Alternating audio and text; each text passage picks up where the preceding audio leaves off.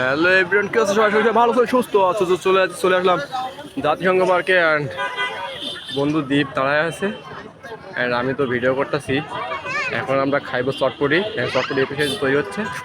আর আছি কোন না জাতিসংঘ পার্কের ভিতরেই। চটপটি খাওয়ার জন্য চলে আসলাম। কিন্তু ফাস্ট ফুড খাইতে চায় না, তারপর আমি বললাম চাল একবার খাইলে কী হবে, তো সেই জন্য খাইতে আসলাম।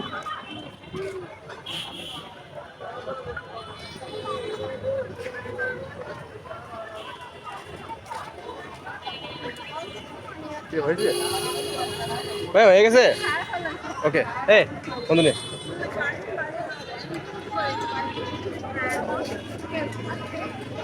চল